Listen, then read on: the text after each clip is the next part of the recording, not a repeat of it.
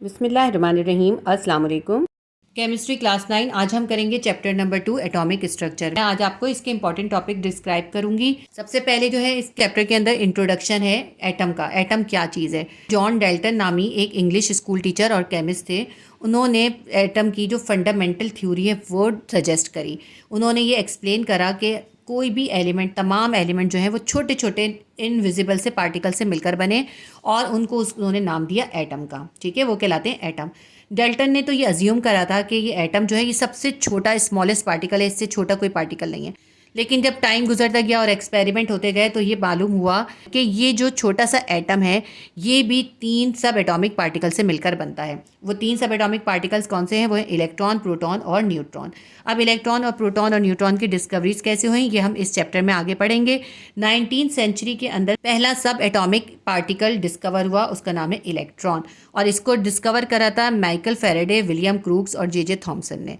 उसके बाद जो सेकंड एटॉमिक पार्टिकल डिस्कवर हुआ वो था प्रोटॉन, और इसको गोल्डस्टीन और अर्नेस्ट रदरफोर्ड ने डिस्कवर करा। थर्ड एटॉमिक पार्टिकल जो है वो न्यूट्रॉन है और इसको शेडविक ने डिस्कवर करा। नेक्स्ट हमारा टॉपिक है कि किस तरह से इलेक्ट्रॉन की डिस्कवरी हुई। जे थॉमसन और विलियम क्रूक्स ने एक एक्सपेरिमेंट करा और उस एक्सपेरिमेंट के जरिए जो है इलेक्ट्रॉन की डिस्कवरी हुई। उस एक्सपेरिमेंट के लिए उन्होंने ये डिस्चार्ज ट्यूब यूज़ करी थी। ये मैंने ड्रॉ किए, मैं उसके अंदर आपको समझाती हूँ। ये जो टॉपिक है ये क्वेश्चन आंसर के अंदर भी है। जब मैं क्वेश्चन आंसर करवाऊंगी तो मैं आपको इसका डायग्राम के साथ ये भी बताऊंगी कि आपने क्या क्या लिखना है और कैसे कैसे लिखना है। अभी मैं आपको सिर्फ इसको ईजी करके डिस्क्राइब करूंगी ताकि आपको समझ में आ जाए कि इलेक्ट्रॉन की डिस्कवरी कैसे हुई। ये जो आपकी बुक के अंदर डिस्चार्ज ट्यूब बनी हुई है ये मैंने वही ड्रॉ की है, लेकिन थोड़ा इसके अंदर आपको क्लियर नजर आएगा। देखिए ये जो डिस्चार्ज ट्यूब होती है ये ग्लास की बनी हुई होती है, ग्लास ट्यूब होती है और इसके अंदर से एयर को बाहर निकाल देते हैं। यहाँ पे एक वैक्यूम पंप बना है, उस वैक्यूम पंप के जरिए जो एक्स्ट्रा एयर होती है उसको एविक्यूएट कर देते हैं या बाहर निकाल देते हैं। इसके अंदर एयर होती है लेकिन बहुत कम होती है, उसके अंदर लो प्रेशर होता है। बाज़ औक़ात इन एक्सपेरिमेंट को करने के लिए इसके अंदर दूसरी गैसेज भी यूज़ होती हैं। ठीक है, अभी इसके अंदर जो हम पढ़ रहे हैं तो इसके अंदर एयर ही इसमें बताई गई है कि इसके अंदर लो प्रेशर के ऊपर एयर मौजूद है और एविक्यूएट कर दी गई है एक्स्ट्रा एयर। ठीक है, और इस ग्लास ट्यूब के अंदर 2 इलेक्ट्रोड्स लगे होते हैं। एक इलेक्ट्रोड ये है, एक दूसरा इलेक्ट्रोड ये है। इन इलेक्ट्रोड्स को हाई वोल्टेज के जनरेटर के साथ या इलेक्ट्रिसिटी की सप्लाई के साथ कनेक्ट कर दिया जाता है। जिस इलेक्ट्रोड को हाई वोल्टेज के पॉजिटिव टर्मिनल से कनेक्ट करते हैं उसको कहते हैं एनोड, और जिस इलेक्ट्रोड को हाई वोल्टेज के नेगेटिव टर्मिनल के साथ कनेक्ट करते हैं उसे कहते हैं कैथोड। जैसे ही हाई वोल्टेज करंट स्टार्ट होता है तो हम ये देखते हैं कि कैथोड के अंदर से ब्लूइश कलर की लाइट जो होती है वो ओरिजिनेट करने लगती है, और ये लाइट जो है किस तरफ जाती है? ये एनोड की तरफ जा रही होती है। क्योंकि ये एनोड की तरफ जा रही होती है, एनोड पे है पॉजिटिव चार्ज, इससे ये पता चलता है ये जो रेज हैं इनके ऊपर नेगेटिव चार्ज है। इनको नाम दिया गया कैथोड रेज, क्योंकि ये कैथोड से ओरिजिनेट हो रही हैं और क्योंकि ये पॉजिटिव टर्मिनल की तरफ जा रही हैं इसलिए इससे ये कंफर्म हुआ कि इनके ऊपर नेगेटिव चार्ज है। हमेशा नेगेटिव ही पॉजिटिव की तरफ जाता है। इन नेगेटिव चार्ज रेज के जो पार्टिकल हैं उनको इलेक्ट्रॉन का नाम दिया गया। इस तरह इलेक्ट्रॉन की डिस्कवरी हुई। जब high voltage electric current pass होगा तो इलेक्ट्रोड्स के दरमियान में एक ब्लूइश लाइट का स्ट्रीक ओरिजिनेट करेगा जो ट्रेवल करेगा स्ट्रेट लाइन में कैथोड से एनोड की तरफ और ऑपोजिट एंड की वॉल पर ग्लो कॉज करेगा। अब ये जो कैथोड रेज हैं इनकी कुछ खास प्रॉपर्टीज़ हैं वो भी इस डायग्राम के अंदर ही साथ ही समझा देती हूँ। ये कैथोड रेज हमेशा स्ट्रेट लाइन में ट्रेवल करेंगी। जब इनको किसी इलेक्ट्रिक फील्ड या फिर मैग्नेटिक फील्ड में रख दिया जाए तो ये एनोड या पॉजिटिव टर्मिनल की तरफ जाती हैं। ठीक है, ट्रेवल करती हैं पॉजिटिव टर्मिनल की तरफ। उसके अलावा अगर इन रेस के रास्ते में कोई ओपेक चीज़ यानी कि कोई डेंस चीज़ रख दी जाए तो ये उसका शेडो क्रिएट करती हैं। ये जो कैथोड रेज हैं या इलेक्ट्रॉन्स हैं ये ग्लास से या किसी भी मटेरियल से टकरा के उसके अंदर ग्लो पैदा करती हैं। इसके बाद इसका लास्ट पॉइंट ये है, इन रेस के अंदर काइनेटिक एनर्जी होती है और इनके ऊपर जो चार्ज है वो होता है 1.7588 इंटू 10⁸ कूलोम पर ग्राम, जो कि इलेक्ट्रॉन के चार्ज के इक्वल है, इसीलिए इनको इलेक्ट्रॉन का नाम दिया जाता है। ठीक है, तो ये हमने इलेक्ट्रॉन की डिस्कवरी भी डिस्क्राइब कर दी और कैथोड रेज की प्रॉपर्टीज़ भी डिस्क्राइब कर दी। इसके बाद हमारे पास नेक्स्ट टॉपिक है डिस्कवरी ऑफ प्रोटॉन। प्रोटॉन की डिस्कवरी कैसे हुई? प्रोटॉन की डिस्कवरी जो है 1886 में गोल्डस्टीन ने करी और जे थॉमसन ने फिर इसकी प्रोटॉन्स की प्रॉपर्टीज़ को इन्वेस्टिगेट करा 1897 में। गोल्डस्टीन ने तो सिर्फ ये डिस्कवर करा था कि सिर्फ नेगेटिवली चार्ज कैथोड रेज ही नहीं होती बल्कि उसके अंदर पॉजिटिव चार्ज रेज भी होती हैं, और उसके लिए इन्होंने जो एक्सपेरिमेंट करा उसके लिए भी इन्होंने ये डिस्चार्ज ट्यूब ही यूज़ करी। प्रोटॉन की डिस्कवरी भी मैं उसी डायग्राम से आपको डिस्क्राइब कर देती हूँ। लेकिन बिल्कुल उसी तरह डिस्चार्ज ट्यूब है, ग्लास की डिस्चार्ज ट्यूब है, उसके अंदर एयर है लो प्रेशर पे, और इसके यहाँ एयर के अलावा कोई और गैस भी यूज हो सकती है। इसके अंदर भी 2 इलेक्ट्रोड्स हैं, एक इलेक्ट्रोड्स को हाई वोल्टेज के पॉजिटिव टर्मिनल से कनेक्ट कर दिया, दूसरे इलेक्ट्रोड को नेगेटिव टर्मिनल से कनेक्ट कर दिया। जिसको पॉजिटिव से कनेक्ट किया था वो एनोड हो गया और जिसको नेगेटिव से कनेक्ट किया था वो कैथोड हो गया। सारा अपैरेटस इसके अंदर बिल्कुल सेम है और यहाँ पे वैक्यूम पंप भी है, लेकिन इसके अंदर सिर्फ जो है कैथोड में थोड़ा सा डिफरेंट होता है। कैथोड जो होता है ये परफोरेटेड होता है, यानी इसके अंदर छोटे छोटे से होल्स होते हैं, सुराख होते हैं, ताकि जो प्रोटॉन्स की रेज आएंगी वो इसमें से गुजर के यहाँ पे शेडो क्रिएट कर सकें। बस सिर्फ इसमें ये डिफरेंस है, बाकी पूरा अपैरेटस सेम है। गोल्डस्टीन ने ये डिस्कवर करा कि डिस्चार्ज ट्यूब के अंदर सिर्फ कैथोड रेज ही नहीं होती, बल्कि उसके अंदर एनोड से भी कुछ रेज निकलती हैं जो कैथोड की तरफ जाती हैं और कैथोड के होल से गुजरकर ट्यूब की वॉल्स पर स्ट्राइक करती हैं, उसमें ग्लो कॉज करती हैं। ये ग्लास ट्यूब पर रेड ग्लो कॉज करती हैं और कैथोड रेज ऑपोजिट साइड पर ग्लास वॉल पे ग्रीन ग्लो कॉज करता है। क्योंकि ये रेज जो हैं पॉजिटिव से नेगेटिव टर्मिनल की तरफ जा रही हैं, इसलिए इनके ऊपर पॉजिटिव चार्ज है और इनके पार्टिकल्स को प्रोटॉन का नाम दिया गया। और गोल्डस्टीन ने जस्टिफाई करा एटम जो है वो न्यूट्रल है, क्योंकि यहाँ से निकलने वाले पार्टिकल्स और यहाँ से निकलने वाले पार्टिकल्स इक्वल हैं और इस पे नेगेटिव चार्ज है, इन पे पॉजिटिव चार्ज है। क्योंकि नेगेटिव और पॉजिटिव चार्ज इक्वल हो गया, इसलिए एटम जो है वो न्यूट्रल होता है। ये हमने डिस्चार्ज ट्यूब के अंदर प्रोटॉन की डिस्कवरी भी डिस्क्राइब कर दी। देखिए कितना थोड़ा सा फर्क है, आपको एक ही डायग्राम से दोनों चीज़ें मैंने आपको समझा दी, थोड़ा सा चेंज करके। बच्चों को ये टॉपिक बहुत डिफिकल्ट लगता है, इसीलिए मैंने आपको ये डिस्क्राइब करा है। ये जो प्रोटॉन रेज हैं इनको कैनाल रेज का नाम दिया जाता है। इनकी भी कुछ खास प्रॉपर्टीज़ हैं। सबसे पहली प्रॉपर्टी तो यही है कि ये भी स्ट्रेट लाइन में ट्रेवल करती हैं। दूसरी बात ये, अगर इनको इलेक्ट्रिक फील्ड या मैग्नेटिक फील्ड में रख दें तो ये नेगेटिव टर्मिनल की तरफ डिफ्लेक्ट होती हैं। थर्ड पॉइंट ये कि इनके रास्ते में भी अगर कोई ऑब्जेक्ट रख दी जाए तो ये उसका शेडो क्रिएट करती हैं। इनका जो मास होता है वो इलेक्ट्रॉन से तकरीबन 1836 टाइम्स ज़्यादा होता है। ठीक है, ये हमने कैनाल रेज की प्रॉपर्टीज़ भी पढ़ ली हैं। इसके बाद हम देखते हैं डिस्कवरी ऑफ न्यूट्रॉन कैसे हुई। 1920 में रदरफोर्ड ने प्रिडिक्ट करा कि एटम के अंदर इन इलेक्ट्रॉन और प्रोटॉन के अलावा भी एक और न्यूट्रल पार्टिकल होता है। फिर डिफरेंट साइंटिस्ट ने उसके ऊपर काम करना शुरू करा और एक्सपेरिमेंट करे। तो फिर 1932 में चैडविक ने ये न्यूट्रॉन को सक्सेसफुली डिस्कवर कर लिया। चैडविक ने ये बताया कि अल्फा पार्टिकल को जब किसी बेरिलियम की प्लेट के ऊपर बॉम्बार्ड करते हैं तो उसके अंदर से एक रेडिएशन निकलती हैं और वो जो होती हैं रेडिएशन उनके अंदर जो पार्टिकल होते हैं उनका मास जो होता है वो हाइड्रोजन एटम के बराबर होता है, मगर उनके ऊपर कोई चार्ज नहीं होता। और ये रेडिएशन जो है इनको नाम दिया गया न्यूट्रॉन्स का। देखिए बेरिलियम है, बेरिलियम का एटॉमिक नंबर है 4 और एटॉमिक मास है 9। उसके ऊपर जब हीलियम पार्टिकल का एटॉमिक नंबर है 2 और एटॉमिक मास है 4। हीलियम पार्टिकल को जो बेरिलियम के ऊपर बॉम्बार्ड किया गया तो क्या बना, एक C612 यानी कार्बन का एक एटम बना और एक न्यूट्रॉन भी डिस्चार्ज हुआ। ये न्यूट्रॉन जो है ये न्यूक्लियस के अंदर प्रोटॉन के साथ होता है और इसके ऊपर कोई चार्ज नहीं होता, ये न्यूट्रल होता है। अब न्यूट्रॉन्स की प्रॉपर्टीज हैं। न्यूट्रॉन्स जो होते हैं ये न्यूट्रल पार्टिकल होते हैं, इनके ऊपर कोई चार्ज नहीं होता और इनका जो मास होता है तकरीबन प्रोटॉन के इक्वल होता है। ज़्यादातर में प्रोटॉन के इक्वल होता है, लेकिन जब इनके आइसोटोप्स होते हैं उनके अंदर न्यूट्रॉन और प्रोटॉन का मास डिफरेंट होता है। ये पार्टिकल्स जो होते हैं ये मैटर के अंदर पेनिट्रेट कर जाते हैं। ये हमारा टॉपिक कंप्लीट हो गया।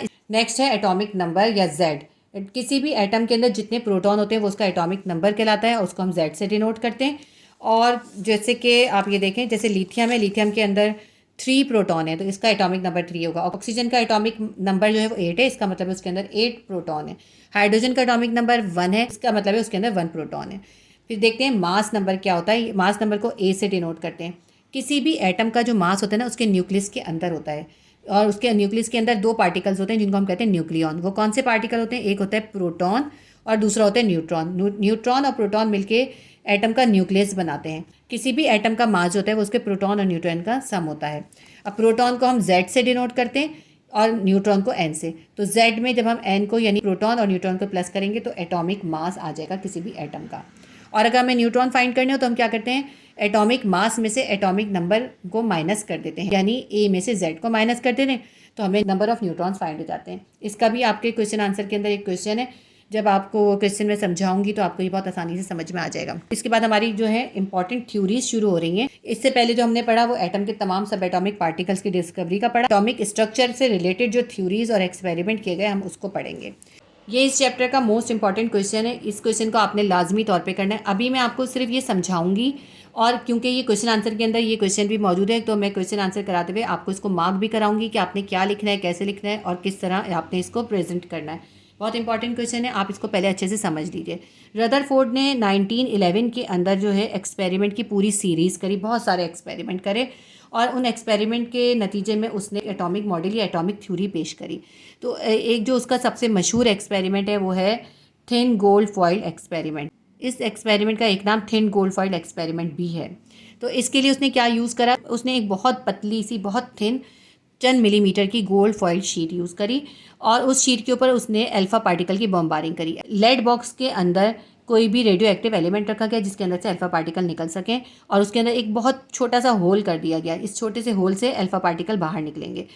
तो अल्फा पार्टिकल इस गोल्ड फॉइल से गुजर के किधर किधर जा रहे हैं, कहाँ टकरा रहे हैं, उसको ऑब्जर्व करने के लिए इस गोल्ड फॉइल के इर्द गिर्द जो है जिंक सल्फाइड की स्क्रीन लगा दी गई।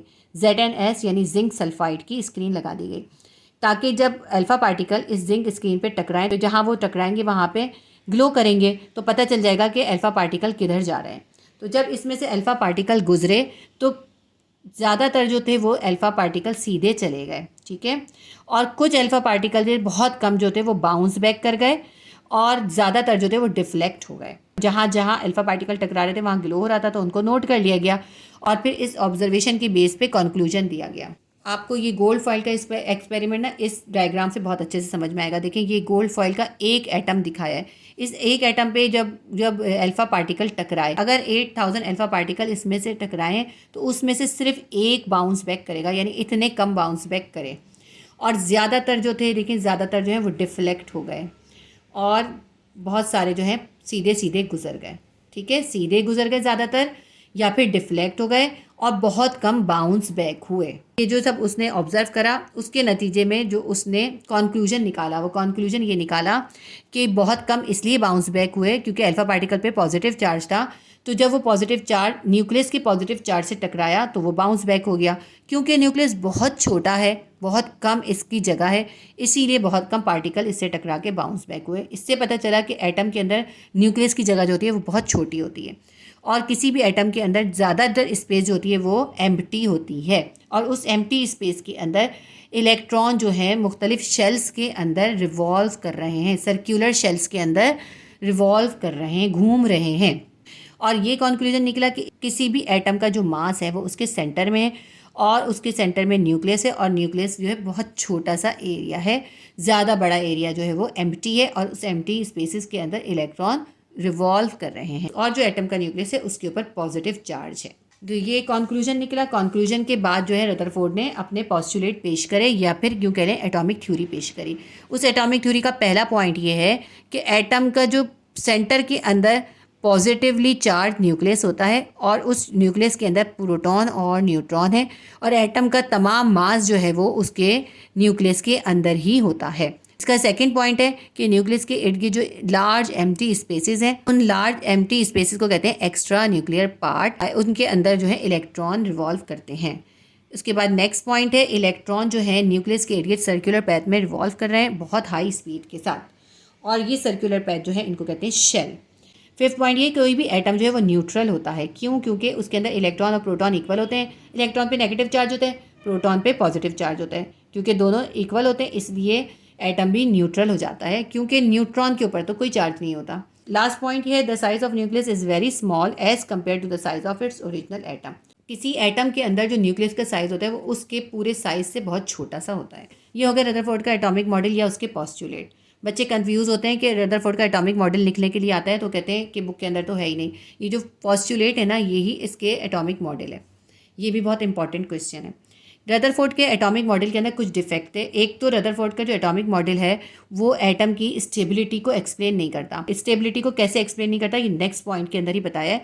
नेक्स्ट पॉइंट में हम ये कहते हैं ये रदरफोर्ड के पॉस्टुलेट में जो हमें पता चला कि न्यूक्लियस के इर्द गिर्द इलेक्ट्रॉन जो है वो बहुत तेज़ी के साथ हाई वेलोसिटी के साथ रिवॉल्व कर रहे हैं शेल्स के अंदर और जब ये रिवॉल्व कर रहे हैं तो इनके अंदर से एनर्जी भी इमिट हो रही है। तो अगर इनके अंदर से इसी तरह ये हर वक्त इतनी तेज़ी के साथ रिवॉल्व करते रहें और मुस्तकिल एनर्जी को इमिट करते रहेंगे तो क्या होगा, इनकी एनर्जी कम होती जाएगी और कम होते होते क्या करेंगे ये न्यूक्लियस के अंदर आके गिर जाएंगे। लेकिन ऐसा होता नहीं है तो इसलिए रदरफोर्ड के पॉस्टुलेट में एक ये डिफेक्ट निकला। दूसरा ये कि अगर इसी तरह इलेक्ट्रॉन मुस्तकिल तौर पे एनर्जी को एमिट करते रहेंगे तो फिर मुस्तकिल तौर पे किसी भी एटम के इर्द गिर्द रोशनी या स्पेक्ट्रम या लाइट नज़र आएगी। क्यों? क्योंकि जब भी इलेक्ट्रॉन एनर्जी को एमिट करता है तो एक स्पेक्ट्रम निकलता है। अगर ऐसा ही होता कि इसके मुस्तकिल तौर पे इलेक्ट्रॉन रिवॉल्व करते रहते और एनर्जी को एमिट करते रहते तो एक तो वो न्यूक्लियस के अंदर गिर जाते, दूसरा एटम के इर्द गिर्द मुस्तकिल तौर पे स्पेक्ट्रम नज़र आता। तो ये पॉइंट जो थे वो क्लियर नहीं हो रहे थे रदरफोर्ड के पोस्टुलेट से, इसलिए 1913 में नील बोहर्स ने अपना एटॉमिक मॉडल प्रपोज करा, इन डिफेक्ट को भी जस्टिफाई करा और इसकी एक प्रॉपर एक्सप्लेनेशन दी। ये भी एक बहुत इंपॉर्टेंट क्वेश्चन है, अगर इसका क्वेश्चन ना भी हो क्वेश्चन आंसर में आपको ये टॉपिक पूरा करना है। नील बोहर का एटॉमिक मॉडल जो उसने पेश किया उसमें सबसे पहला ये था, हर एटम के अपने फिक्स ऑर्बिट होते हैं और नेगेटिवली चार्ज इलेक्ट्रॉन जो हैं वो पॉजिटिवली चार्ज न्यूक्लियस के इर्द गिर्द रिवॉल्व करते हैं। और ये जो ख़ास फिक्स्ड ऑर्बिट होते हैं किसी भी एटम के अंदर, उनके उसने नाम दिए K, L, M और N शेल। क्योंकि किसी एटम में न्यूक्लियस के इर्द गिर्द जो इलेक्ट्रॉन रिवॉल्व कर रहे हैं वो मखसूस शेल में रिवॉल्व कर रहे हैं और उन मखसूस शेल्स के नाम क्या है? K, L, M, N। ठीक है, उसके अलावा के अंदर एनर्जी लेवल्स भी दिए गए जो कि हैं 1, 2, 3, 4, 5 इसी तरह बढ़ते जाते हैं, इनको कहते हैं क्वांटम नंबर्स। एन जो है वो लोएस्ट एनर्जी लेवल है, सबसे जो कम एनर्जी होगी किसी इलेक्ट्रॉन के पास तो वो फर्स्ट शेल में होगा और जो जिसके पास उससे ज़्यादा होगी वो सेकंड में होगा। इलेक्ट्रॉन की जितनी ज़्यादा एनर्जी होगी वो उतनी ही ज़्यादा न्यूक्लियस से दूर होगा। उसके बाद फोर्थ पॉइंट है electrons revolving in particular orbits ground state continuously but they don't emit और एब्जॉर्ब एनर्जी। रदरफोर्ड का पोस्टुलेट में था कि इलेक्ट्रॉन जो है वो मुस्तकिल तौर पे एनर्जी इमिट करते रहते हैं। बोहर्स के एटॉमिक मॉडल में ये पेश किया गया, ग्राउंड स्टेट में या नॉर्मल हालत में इलेक्ट्रॉन जो है वो अपने पर्टिकुलर ऑर्बिट्स में रिवॉल्व तो कर रहे होते हैं लेकिन ना ही वो एनर्जी को एब्जॉर्ब कर रहे होते हैं ना ही इमिट कर रहे होते हैं। लेकिन अगर वो इलेक्ट्रॉन एनर्जी को एब्जॉर्ब कर लेते हैं तो उनके अंदर ज़्यादा एनर्जी आ जाती है, उनकी जो एनर्जी का लेवल होता है वो ज़्यादा हो जाता है, इसलिए वो जंप करके लो एनर्जी लेवल से हाई एनर्जी लेवल में चले जाते हैं। लो एनर्जी लेवल को नाम दे दिया E1 और हाई एनर्जी लेवल क्या है? एक्साइटेड स्टेट है यानी E2। ये एक एटम का न्यूक्लियस है और उसके इर्द गिर्द ये एक इलेक्ट्रॉन जो है वो रिवॉल्व कर रहा था। अगर इसने एनर्जी गेन कर ली, इसके पास हाई एनर्जी हो गई, तो ये इस लो एनर्जी लेवल से जंप करके चला जाएगा हाई एनर्जी लेवल की तरफ। नेक्स्ट पॉइंट हमारा यही है, when electron jump back from higher to lower energy level emit energy. जब हाई से लो पर आएगा तो एनर्जी को इमिट करेगा। जब ग्राउंड स्टेट में इलेक्ट्रॉन तो ना ही एनर्जी को एब्जॉर्ब कर रहा होगा ना इमिट कर रहा होगा, सिर्फ रिवॉल्व कर रहा होगा। लेकिन कोई इलेक्ट्रॉन अगर एनर्जी को एब्जॉर्ब कर लेगा तो एनर्जी को एब्जॉर्ब करके क्या करेगा? वो लोअर एनर्जी लेवल से यानी E1 से हाई एनर्जी लेवल यानी कि E2 में जंप करके चला जाएगा। और जब कोई इलेक्ट्रॉन वापस जंप बैक करता है यानी कि अगर हाई से लो में आता है तो हाई से लो में आते हुए क्या करता है? वो एनर्जी को इमिट कर देता है। अब ये जो एनर्जी का एमिशन हो रहा है और एब्जॉर्प्शन हो रहा है, ये क्वांटम या फोटोन के पैकेट की शक्ल में होती है। ठीक है, और 8 पॉइंट इसका हमें कहते हैं कि ये जो एनर्जी का डिफरेंस पैदा हो रहा है, एनर्जी का जो डिफरेंस होता है वो किसके बराबर होता है? E2 माइनस E1, यानी हायर एनर्जी लेवल में से हम लोअर एनर्जी लेवल को माइनस कर देते हैं तो हमें पता चल जाता है कितनी एनर्जी का टोटल डिफरेंस आया है। अगर हम ये जानना चाहते हैं कि एक इलेक्ट्रॉन ने कितनी एनर्जी एब्जॉर्ब की है या कितनी एनर्जी लूज़ की है, इमिट की है, तो वो हम इस इक्वेशन के ज़रिए निकाल सकते हैं। E2 माइनस E1, हायर में से लोअर को माइनस कर देंगे तो हमारे पास डेल्टा E आ जाएगा। Delta E will be equals to HV। यहाँ पे H क्या है? H जो है कांस्टेंट है, प्लांक कांस्टेंट कहलाता है, और V जो है वो है फ्रीक्वेंसी ऑफ लाइट। तो ये जो एनर्जी इसके अंदर से इमिट होती है वो 1 फोटोन के बराबर होती है, उसको कहते हैं 1 फोटोन। इसका लास्ट पॉइंट हमारे पास है, स्टेशनरी स्टेट के अंदर जब इलेक्ट्रॉन अपने शेल्स में मूव करते हैं तो उनकी जो एंगुलर मूवमेंट होती है वो h डिवाइडेड बाय 2 के बराबर होती है, h डिवाइडेड बाय 2। इसके अंदर h जो है प्लांक का कांस्टेंट है और n जो है वो नंबर ऑफ ऑर्बिट है। तो ये इसके 9 पॉइंट मैंने आपको डिस्क्राइब कर दिए। जब हम क्वेश्चन आंसर करेंगे तो मैं आपको इसको मजीद डिटेल के साथ और भी समझा दूंगी। नील बोहर के एटॉमिक मॉडल के अंदर भी कुछ लिमिटेशंस थी, यानी कि कुछ चीज़ों को ये जो है डिस्क्राइब नहीं कर पाता था। सबसे पहला जो ये एक्सप्लेन नहीं कर पाता था वो ज़ीमान इफेक्ट को नहीं कर पाता, effect of magnetic field on the spectra of atom. किसी भी एटम को अगर हम मैग्नेटिक फील्ड में रख दें तो उसके स्पेक्ट्रा के ऊपर जो इफेक्ट आता है उसको कहते हैं ज़ीमान इफेक्ट।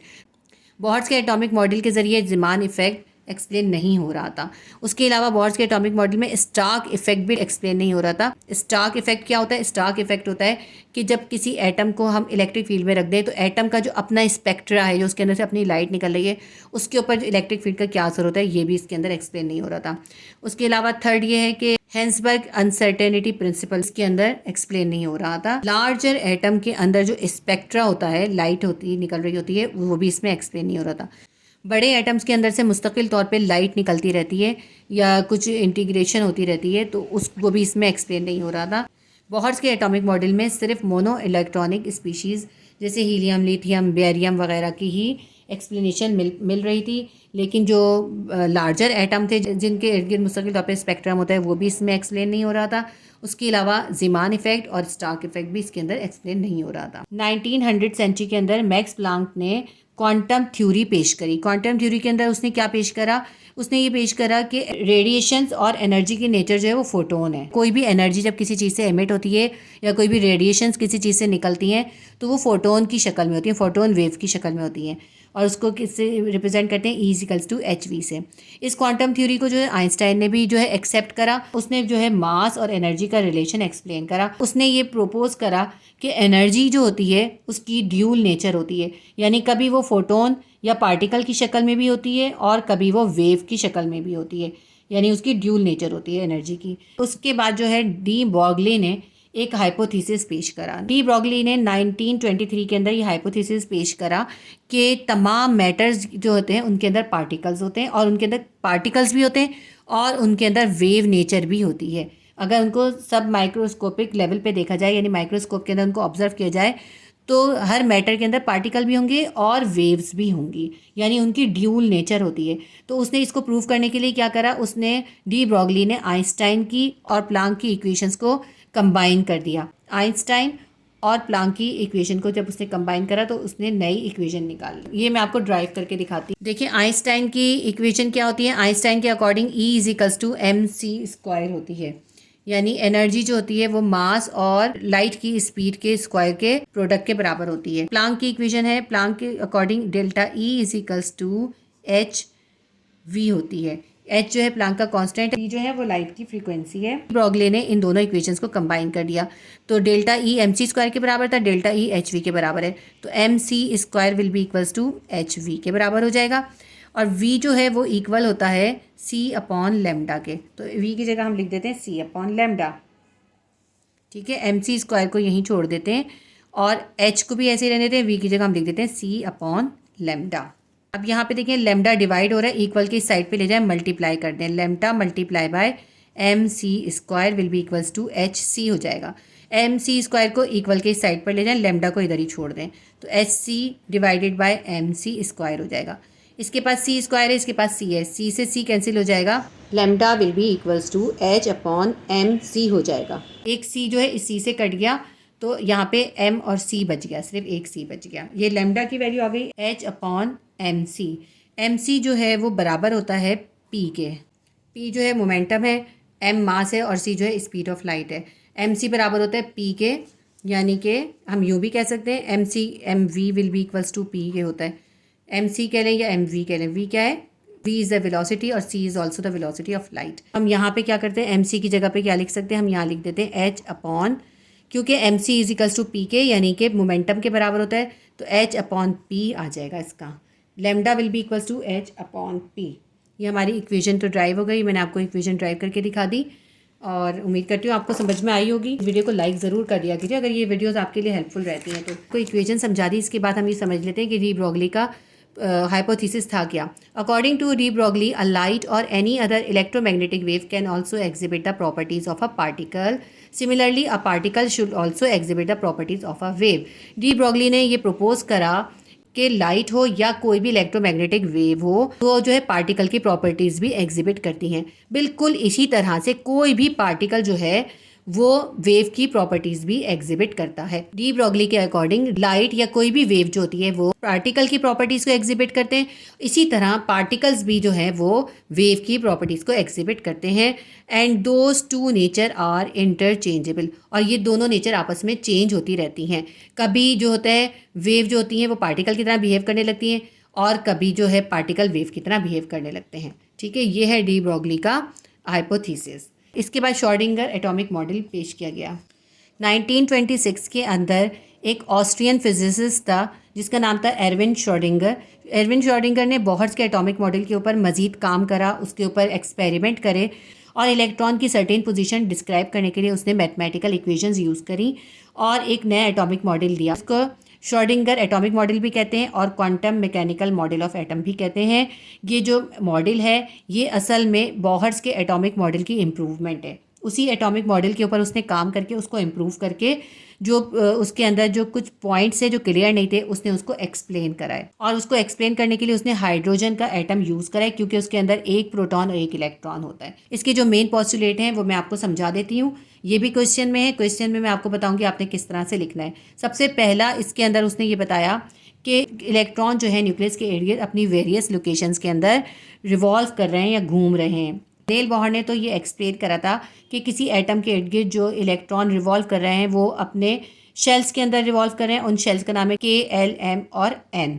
लेकिन श्रोडिंगर ने ये प्रोपोज करा ये जो इलेक्ट्रॉन्स हैं अपने शेल्स के अंदर भी वेरियस पोजीशन ऑक्यूपाई कर रहे होते हैं। एक ही शेल के अंदर मुख्तलिफ उनकी पोजीशंस होती हैं और उसने ये भी फाइंड करा कि इलेक्ट्रॉन्स जो होते हैं वो ऑर्बिट के अंदर क्लाउड की शक्ल में होते हैं, यानी कि थोड़े से बिखरे हुए होते हैं, बिल्कुल एक तरतीब से नहीं होते। इसलिए उसने ये प्रपोज करा कि ये जो शेल्स है ना के, एल, एम और एन, इनके अंदर भी सब शेल होते हैं और ये सब शेल जो हैं ये मुख्तलिफ शेप के होते हैं। श्रोडिंगर के मॉडल में सेकेंड पॉइंट ये है कि ऑर्बिट्स के अंदर मुख्तलिफ शेप्स के सब शेल्स भी होते हैं और उन सब शेल्स को उसने नाम दिया एस, पी, डी और एफ।